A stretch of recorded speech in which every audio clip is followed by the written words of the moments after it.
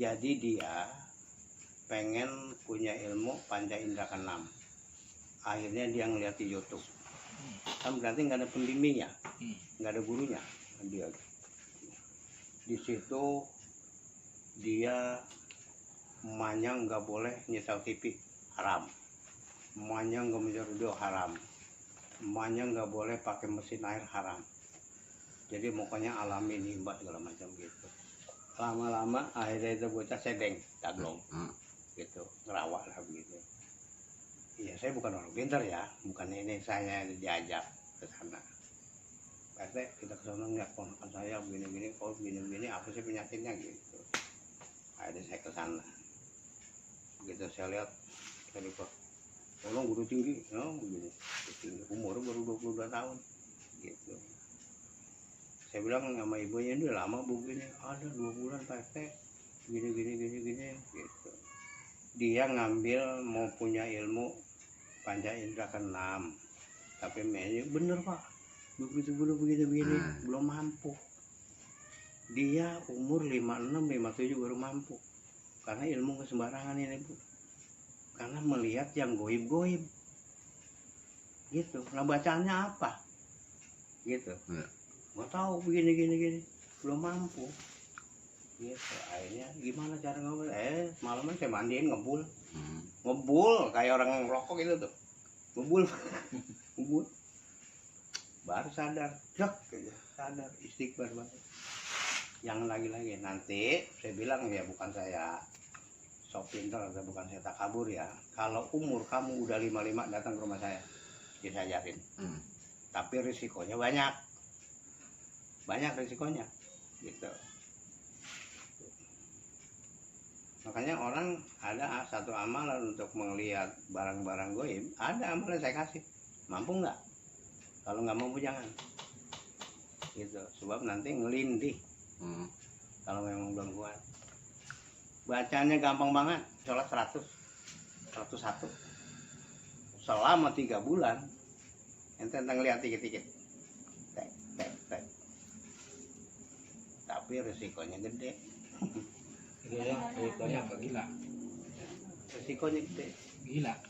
Ya kalau enggak ya begitu.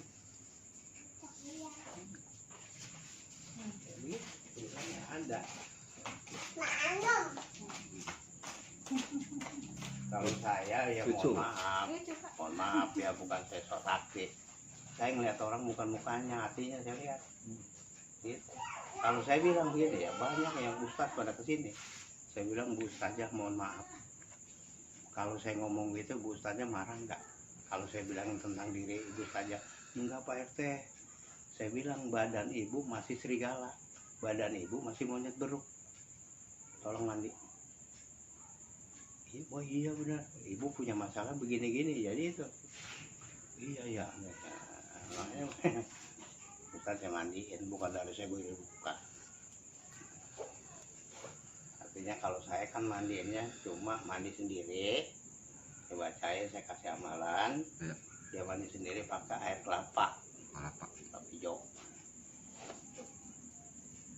Tapi alhamdulillah ya.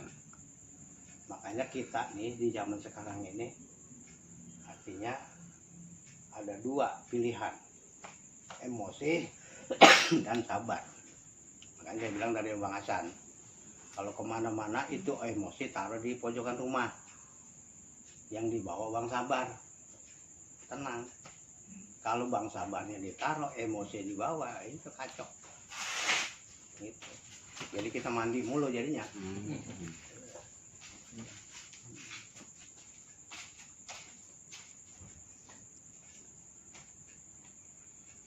Saya dulu ya tahun ini gimana saya. Tapi kan ya namanya kita sebagai manusia harus berubah, harus kita dekat gitu. Terus banyak belajar ya Pak? Kan kalau belajar mah dari ayunan sampai ke liang kubur ya, itu gitu. canggih aja Pak, Bapak hebat bisa tahu dari ini gitu. Pengalamannya makanya tuh. Kita ada begini ya, ada orang ini Pak Ustadz dari Menteng, saya tanya Pak Ustadz, agamanya apa? Ya Islam lah, orang Ya. saya Ustaz. Nah, kapan masuk Islam? Katanya. Ya. Dia bingung kan. Ya saya masuk Islam karena bapak saya, emak saya, emak saya Islam, saya saya Islam. Berarti Islam keturunan. Islam dari kebanyakan orang. Ya. Nah, gitu. Ini kita harus banyak belajar. Kita harus cari yang benar-benar. Kalau Islam dulu kan banyak Islam ortodok ya. Ya. Artinya pengertiannya itu ya itu aja dijalanin. Nah, salah satu contoh ada gini. Dalam ilmu Islam kepercayaan, dia salamnya bukan assalamualaikum warahmatullahi wabarakatuh, bukan, kan begitu, kan udah salah. Nah gitu, jadi dia pakai Islam ortodok, Islam dulu, gitu, udah Islam, gitu. Jadi kadang-kadang di sini dia nggak belajar sehingga yang dia dapat cuma itu aja, nah gitu. Makanya di sini kita diwajibkan untuk bersahadat. Nah, ini udah sahadat nih, mengakui. Sekarang Nabi aja pada sahadat, mengakui bahwa dia orang Islam, sahadat. Ya. Salah satu contoh seperti Muhammad, Nabi kita kan namanya Ahmad, dia sahadat jadi Muhammad. Muhammad apa itu? Ilmu. Nabi Sulaiman kan sahadat, Holilullah. Lah kenapa kita tidak? Nah, apa saya bilang kodrat pasti? Ya kita pasti kodrat lah.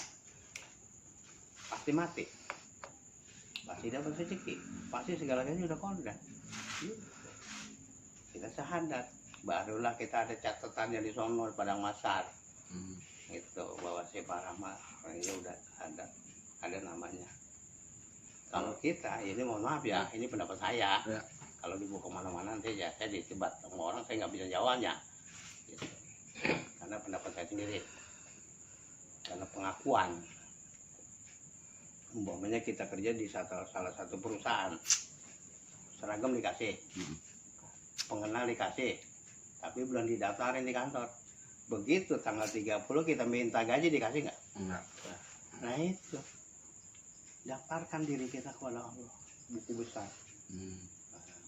Itu sahadat, kita mengakui. Dulu saya ketemu tuh sama Abah Tajul, asyhadu alla ilaha illallah, udah pasti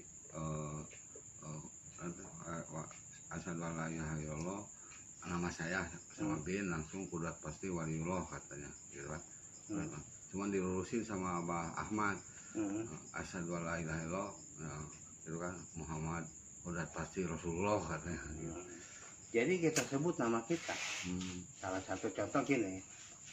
Begitu kita mati di padang mahsyar sana diadili dengan Allah. Pak Rahman, kamu sini. Saya datang.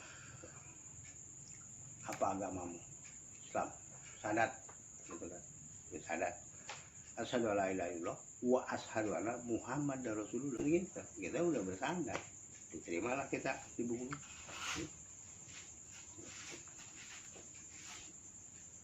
Tapi secara logika kira-kira masuk akal nggak kira-kira?